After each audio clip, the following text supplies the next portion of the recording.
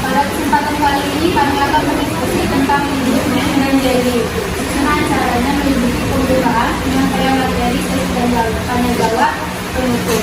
Acara pertama yaitu pembukaan. Marilah kita buka acara ini dengan membacakan basmalah. Kita masuki acara selanjutnya yaitu penyajian materi pertama akan disampaikan oleh Indi. Liniment adalah sediaan cair atau kental yang digunakan sebagai obat luar. Liniment sendiri mengandung analgetikum dan zat yang mengandung sifat rubefacien yang berfungsi untuk melemaskan otot dan juga dapat menghangatkan. Liniment dapat digunakan dengan cara mengoleskan pada kulit menggunakan kain flanel atau bahan lain yang cocok dengan cara mengoleskan dan mengulur. Terima kasih kepada Ibu. Selanjutnya dibacakan oleh Zaki. Pertama, dipakai pada kulit yang itu tidak boleh ada yang lebat, tapi ada yang iritasi. Dan dengan cara digunakan pada kulit. Kedua, apabila pelarutnya ringan, iritasinya berkurang. Apabila iritasinya terlalu alkohol. Yang ketiga, ini untuk minum terlalu alkohol atau tidak alkohol, baik menggunakan segelas atau sekalian sedang pengaruh ini cocok untuk pembunuh minyak atau alkohol. Selanjutnya dibacakan oleh Isya. Untuk sediaan liniment dapat berupa larutan gas berkhasiat dalam minyak atau lemak atau berupa emulsi, yaitu hasil proses penyembuhan yang banyak mengandung air sehingga bila dioleskan pada kulit memberikan perasaan sejuk dan dapat pula bersuspensi atau solusium dalam minyak atau alkohol. Dua jenis liniment yaitu sebagai berikut. Liniment alkohol, liniment allogenol lebih ringan dalam tindakan mereka, digunakan umumnya untuk mereka tetapi rubefacien. Yang kedua, liniment beralkohol, liniment oleogenol.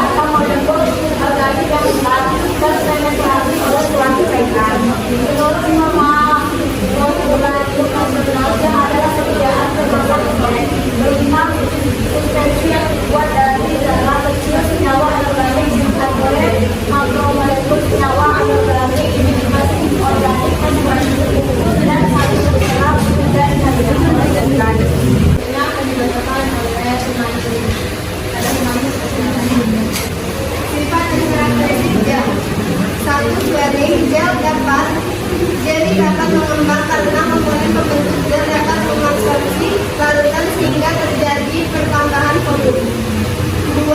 Sineresis. Suatu proses yang terjadi akibat adanya kontraksi di dalam massa gel cairan yang bergerak akan keluar dan berada di atas permukaan gel. Yang ketiga, efek suhu. Efek suhu mempengaruhi struktur jadi dapat terbentuk melalui penurunan temperatur, tapi dapat juga pembentukan gel terjadi setelah pemanasan hingga suhu. 4. Efek elektrolit. Konsentrasi elektrolit yang sangat tinggi akan berpengaruh pada jeli hidroskopik, di mana ion berkompetisi secara efektif dengan koloid terhadap pelarut yang ada dan koloid dijarangkan atau melarut. 5. Elastisitas dan rigiditas. Sifat ini merupakan karakteristik dari zat gelatin agar dan mikroselulosa selama transformasi dari bentuk cuma satu menjadi gel terjadi peningkatan elastisitas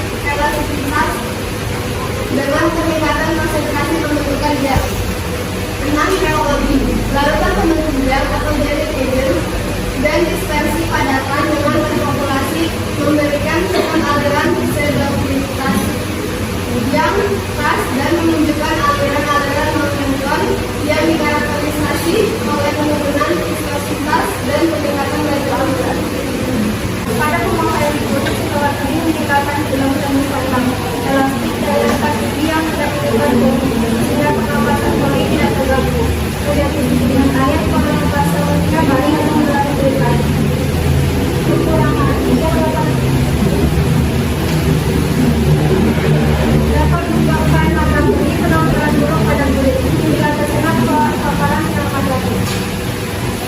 Selanjutnya dibacakan oleh komponen gel. Komponen gel ada dua, yaitu pertama bahan tambahan, yaitu bahan pengawet. Beberapa bahan pengawet dapat digunakan dengan jelly agent beragam dan jenis reaksi. Yang kedua ada bahan mikroskopis, contohnya diselor, brompheniramine dan scott botol. Yang ketiga ada treating agent, yaitu contohnya DBCA. Yang kedua ada jelly agent berupa polimer atau gel organik, polietilene atau gel oil, pada dispersi, semprotan, wax, polivinil, alkohol, dan flakes atau gel organik. Acara sekarang adalah sesi tanya jawab. Dengan itu saya akan menanyakan lainnya. Kesempatan tanya jawab dilaksanakan dengan satu termin yang terdiri dari 4 pertanyaan. Kepada teman-teman yang ingin bertanya, dipersilakan untuk mengangkat tangan. Assalamualaikum warahmatullahi wabarakatuh. Perkenalkan, nama saya Nina Silviani, NPM FNL62121. Saya kelompok 1 ingin bertanya, bagaimana prinsip pelepasan obat yang diberikan melalui kulit? Perkenalkan, nama saya Saskia, NPM 022118. Ingin bertanya, apa kelebihan gel dibandingkan dengan sediaan krim? Terima kasih. Assalamualaikum warahmatullahi wabarakatuh. Perkenalkan, nama saya Putri.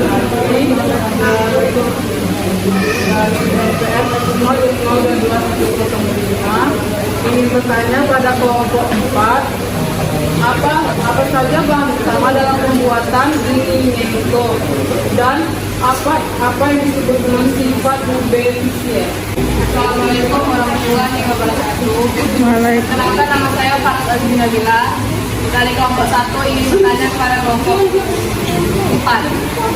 Jelaskan apa itu sediaan gel dan berikan alasannya mengapa sediaan gel dibuat. Beri sedikit waktu untuk mencari jawaban. Baiklah, kami akan menjawab pertanyaan dari Nia yang akan dijawab oleh pertanyaan tadi, bagaimana prinsip pelepasan obat yang diberikan melalui kulit? Penetrasi obat melalui kulit, penetrasi transepidermal yang berlangsung melalui 2 tahap. Tahap pertama, pelepasan obat dari pembawa ke stratum corneum yang tergantung objek partisi obat dalam pembawa dan stratum corneum. Yang kedua, difusi melalui epidermis dan dermis dibantu oleh aliran pembuluh darah dan pelapis dermis. Gimana ya? Keuntungan pemberian obat untuk transdermal itu keuntungan.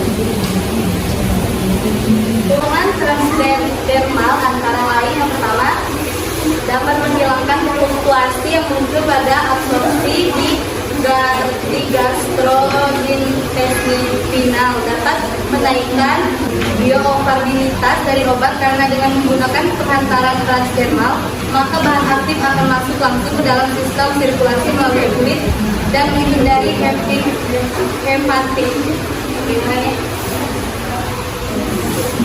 Baiklah, pertanyaan selanjutnya akan dibacakan oleh Zaki. Nah, di sini saya akan menjawab pertanyaan dari Tambah. Apakah kelebihan gel dibandingkan dengan sediaan krim? Sediaan bentuk gel jarang dijumpai di pasaran dibandingkan untuk krim atau lotion Apakah kelebihan gel dibandingkan dengan sediaan krim? Sediaan bentuk gel jarang dijumpai di pasaran dibandingkan dengan bentuk krim atau lotion. Padahal bentuk gel memiliki beberapa keuntungan, diantaranya tidak lengket, tidak melakukan pakaian, mudah dioleskan, dan mudah dicuci. Baiklah, pertanyaan selanjutnya akan dibacakan oleh Adik Sandi. Pertanyaan dari aku adalah bagaimana pembuatan minimen dan apa sifat efisien. Yang pertama pembuatan minimen itu yang pertama ada apanin, itu tumbuhan yang berbentuk unsur. Yang kedua ada berabena dan ada kloroform, yaitu bahan untuk unsur. Dan sifat efisien itu adalah saat yang dapat merangsang kulit. Jadi minimen itu kan untuk menghangatkan, dan itulah mengapa dia bersifat efisien yang dikatakan merangsang kulit. Baiklah, pertanyaan selanjutnya akan dibacakan oleh Saya akan menjawab pertanyaan dari Bella. Apa itu sediaan gel dan memberikan alasan mengapa sediaan gel dibuat. Gel merupakan sediaan sistem semi padat terdiri dari suspensi yang dibuat dari partikel organik yang kecil atau molekul organik yang besar terpenetrasi oleh suatu cairan. Mengapa dibuat sediaan gel? Sediaan gel banyak diminati industri obat dan kosmetik karena memiliki keunggulan dibandingkan sediaan yang lain, yaitu penyebaran yang baik di kulit, adanya efek dingin ketika diaplikasikan pada kulit, pelapisan obat yang baik, serta mudah dicuci. Apakah sediaan gel itu juga membutuhkan pengawet? Gel itu diperlukan adanya penambahan pengawet pada sediaan untuk mengenyahkan konsentrasi mikroban. Biokontaminasi. Kontaminasi itu kombinasinya ada 0,15% metil paraben dan 0,12% propilparaben. Baiklah, cara selanjutnya adalah penutup. Marilah kita tutup acara ini dengan lafal hamdalah. Itulah tadi presentasi dari kami. Saya sebagai moderator, yang berdiri mohon maaf